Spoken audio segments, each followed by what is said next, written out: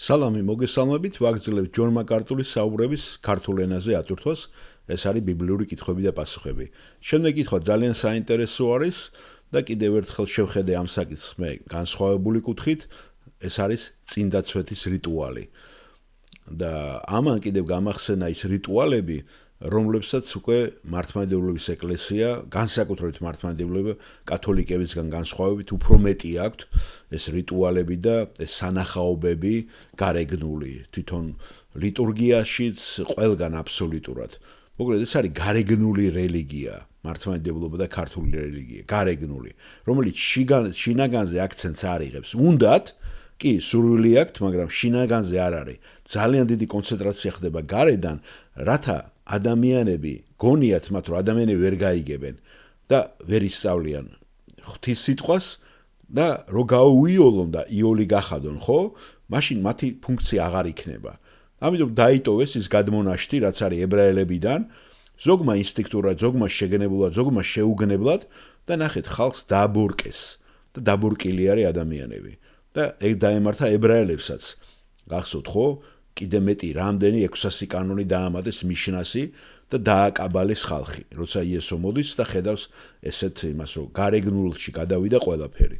და ეს არის კიდევ ეს რიტუალი და წინდაცვეთის რიტუალი, რომელიც თითქოს და მარტო გამოსარჩევად. აგერ გამოსარჩევად მუსლიმანებაც შემოიღოს და სხვა იმეებსაც აქვს, რომ იცოდეთ სხვა რელიგიებს ეს.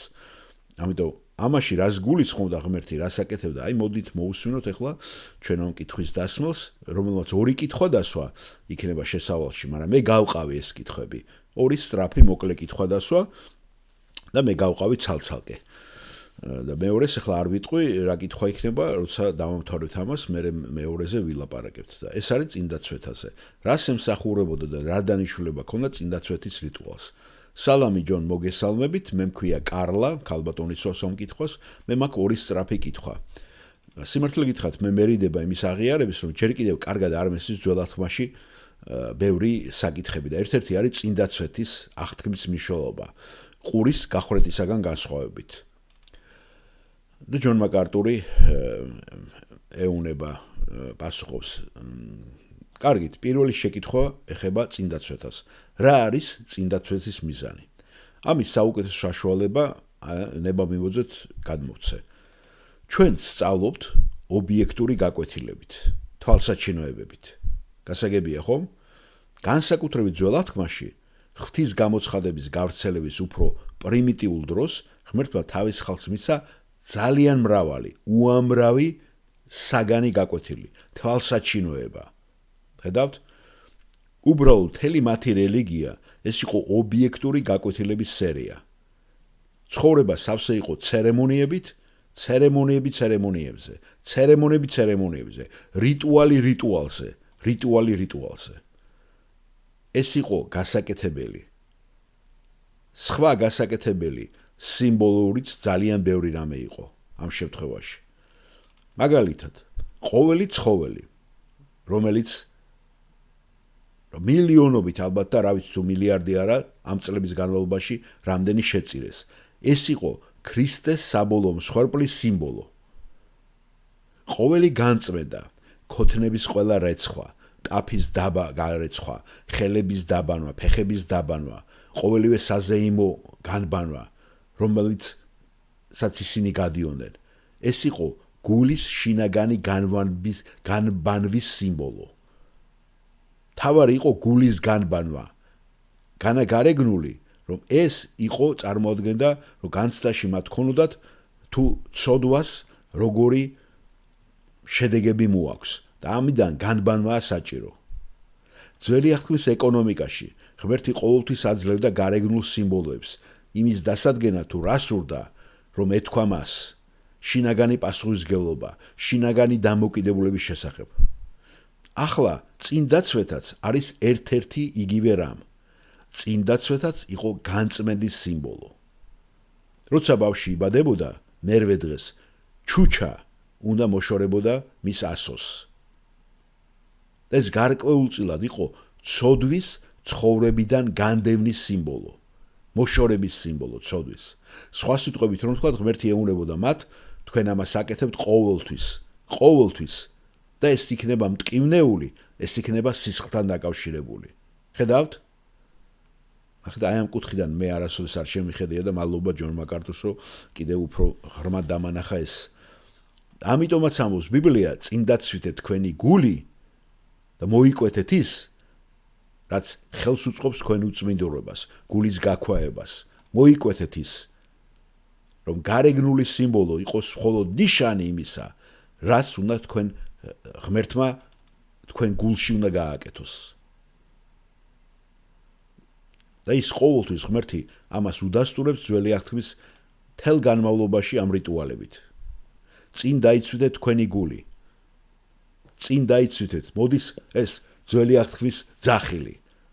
ასე რომ წინ დაცვეთა იყო ერთ-ერთი ღვთის სიმბოლო. ეს იყო ძალიან დომინანტი. ყველა დაბადებულმა ბავშვმა გაიარა ეს. და ეს იყო გზა მუდმივად შეეხსენებინათ ხალხისთვის, რომ არსებობდა განწმენდის შინაგანი რეალობაც, რომელსაც ღმერთი ეძებდა. ეგ იყო ჭეშმარიტი განწმენდა და გულის დაცვეთა. და კლარა ეკითხება, ესე იგი, ეს იდეა განწმენდისა და მოწყვეტის სურათის, ესე იგი, ცოდვის მოწყვეტის სურათის ეს ფიზიკური, ესე იგი, იდენტიფიკაციისგან განსხვავდებოდა, ესე იგი, ეს არ ყოფილა უფრო ფიზიკური იდენტიფიკაცია? ებრაელთან გაიგივება? ჯონ მაკარტური დიახაც ეს მართალია. ეს იყო ფიზიკური იდენტიფიკაცია იმის გამო, რომ ის უნიკალური იყო ღვთის ხალხისათვისაც. მაგრამ ეს მოხდა განწმენდის პრობლემების გამოც, კლარა უსვავს კითხვას. დიახ, ეს იყო ასევე განწმენდის სიმბოლოც. და კლარა ამას. ესე იგი, მთავარი საკითხი რა იყო? იდენტიფიკაცია, ჯონ, თუ განწმენდა? არა, ბევრი ძირითადი საკითხი იყო. ყოველი ცხოვლის ხელშეწირვა ასევე იყო ღვთისშვილის იდენტიფიკაცია ებრაულ ეპოქაში. აღთქმის შვილი. ბევრი მათგანი ეს იყო.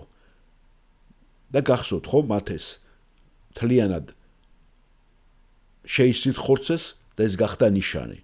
და მე ფიქრობ, ეს უფრო მეტი იყო, სადაც როცა თქვენ ახალ აღთქმაში მიდიხართ. ეს უფრო მეტად იყო ღვთის განზრახვის აბერაცია, ვიდრე სხვა ყველაფერი, რადგან მათ დაკარგეს მისი მნიშვნელობა და უბრალოდ აკეთებდნენ ამას ავტომატურად, გარეგნულად და ეს მათთვის გახდა ღვთის კურთხევის სიმბოლო. როგორც არ უნდა ეცხოვრათ. ესე იგი, ცხოვრებას აღარ ქონდა მნიშვნელობა, კარგად იცხოვრებდნენ, ცუდად იცხოვრებდნენ, ცუდად მოიქცეუდნენ. თავარი მათ ეგონათ, რომ ამითი ჩვენ უკვე რჩეული ერი ვართ და იდენტიფიკაციას ვაკეთებთ ცოცხალ ღმერთთან. ასე რომ რაც მათ გააკეთეს საბოლოოდ, ისინი არასოდეს არ აწუხებდნენ გულს წინდაცვეთისთვის, არამედ მარტო გარეგნულით იფარგლებოდნენ. ისინი არასოდეს აღარ ფიქრობდნენ შინაგან განწმენდაზე. მათ ეგონათ, რომ ისინი მართალი იყვნენ ღმერთთან, თუ ამ მხრივ იდენტიფიკაციას მოახდენენ მხოლოდ და გარეგნულად გააკეთებდნენ ამას. ამიტომაც არის პავლე რომაელთა წერილის მეორე თავში ამბობს 28 მუხლში. თავარი ის კი არ არის ებრაელი, რომელიც გარეგნულად არის წინდაცვეთილი, რომელიც გარეგნულად არის ხორცში. არამედ ის არის იუდეველი, ვინც შინაგანად არის დაცვეთილი, გულის წინდაცვეთით, სულით და არა ასოთი. ხედავთ? ასე რომ რასაც და სადამდეც ისინი მივიდნენ, იყო მხოლოდ სიმბოლო ყოველგვარი მნიშვნელობის გარეშე. მარტო სიმბოლურად აკეთებდნენ ამას რიტუალურად. ყოველგვარი გავლენის, თავიანთ ქცევაზე გავლენის გარეშე. ასე რომ ძირითადად სიმბოლო ეს იყო განწმენდის სიმბოლო. დიახ, ეს მართალია. მადლობ ჯონ პასუხისათვის.